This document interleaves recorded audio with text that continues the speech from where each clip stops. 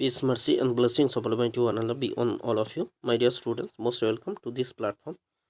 Today, inshallah, I shall discuss with a new question which already came in NEET examination 2025.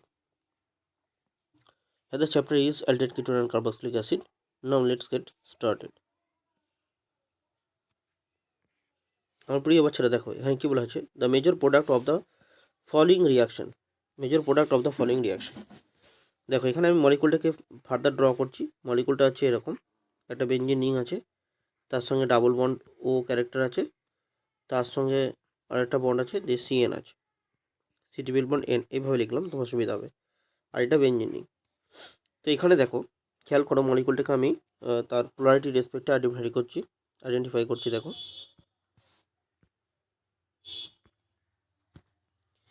এই মলিকুলটাতে কার্বনটা delta positive character পেয়েছে আর নাইট্রোজেনটা delta negative character পাচ্ছে।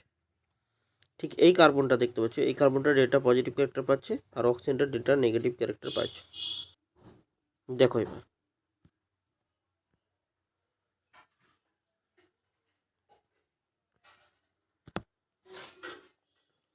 তুমি এখানে CH3 MgBr দিয়েছো, অর্থাৎ CH3 MgBr access পরিমাণে দেওয়া হয়েছে। তাহলে CH3 MgBr দেখো যখন রিয়াকশন করবে,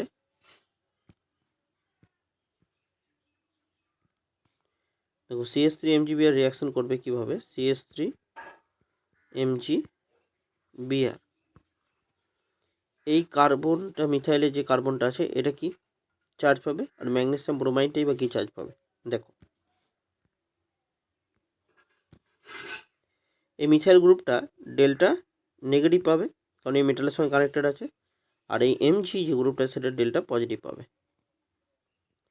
তার আমরা চার্জ সেপারেশন করে ফেলেছি। এবার দেখো কেমিস্ট্রিতে কীভাবে রিয়াকশন হয়। ডেল্টা নেগেটিভ যেটা, এটা যেহেতু এক্সেস পরিমাণে দিয়েছো, তাহলে একবার এই কার্বনটাতে অ্যাটাক করবে আর একবার এই কার্বনটাতে অ্যাটাক করবে, কারণ এই ডেল্টা নেগেটিভ এই পজিটিভ সেন্টারগুলোতে অ্যাটাক করবে।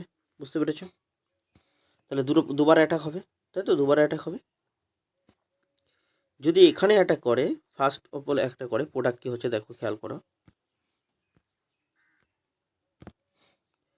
প্রোডাক্ট হবে এরকম, এটা বেঞ্জিন রিং, এখানে অ্যাটাক করেছে, এই বন্ডটা O মাইনাস হয়েছিল আর এখানে মিথাইল গ্রুপটা অ্যাড হয়েছে, এই মিথাইল গ্রুপটা যখন এখানে মাইনাস হবে, সেই মাইনাসটা কার সঙ্গে অ্যাটাক করবে, MgBr এর সঙ্গে। তার মানে এই মাইনাসটা এসে অ্যাটাক করবে ম্যাগনেসিয়ামকে। ঠিক এক্ষেত্রেও নাইট্রোজেন ও ম্যাগনেসিয়াম ব্রোমাইডকে অ্যাটাক করবে। তাহলে এখানে ও এর সঙ্গে MgBr কানেক্টেড হবে, MgBr কানেক্টেড থাকলো। ঠিক সি এর সঙ্গে, এখানে যে সি আছে, সি এর সঙ্গে একটা মিথাইল গ্রুপ থাকবে অ্যাড, মিথাইল গ্রুপ থাকছে, এখানেও মিথাইল গ্রুপ ছিল, এখানে সি আছে, এই সি ডাবল বন্ড হয়ে গেল, যেহেতু এই বন্ডটা তখন খুলে যাবে, ডাবল বন্ড হলো N, তার সঙ্গে MgBr আছে। ওকে, এবার দেখো তারপর 2 নম্বরে একটা কাজ করা হয়েছে। 2 নম্বরে কি কাজ করা হয়েছে,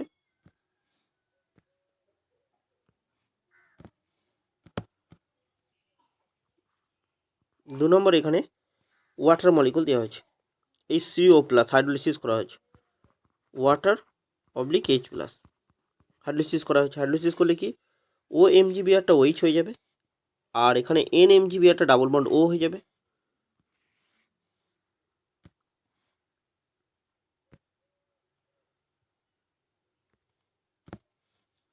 তাহলে ফাইনাল প্রোডাক্ট হলো কি,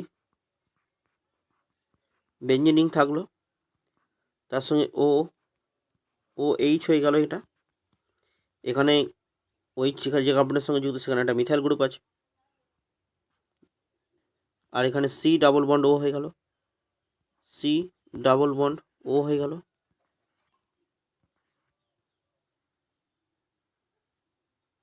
আর এখানে একটা CH3 গ্রুপ থাকলো।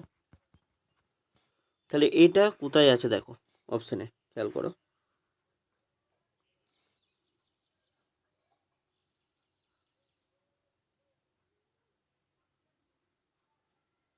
দেখো তাহলে এই পজিশনে হয়ে দাঁড়ালো C ডাবল বন্ড O। তাহলে এখানে option D is correct, option ডিতে আছে এটা, তাহলে option D is correct. Hope the answer is clear to all of you. Thanks for watching.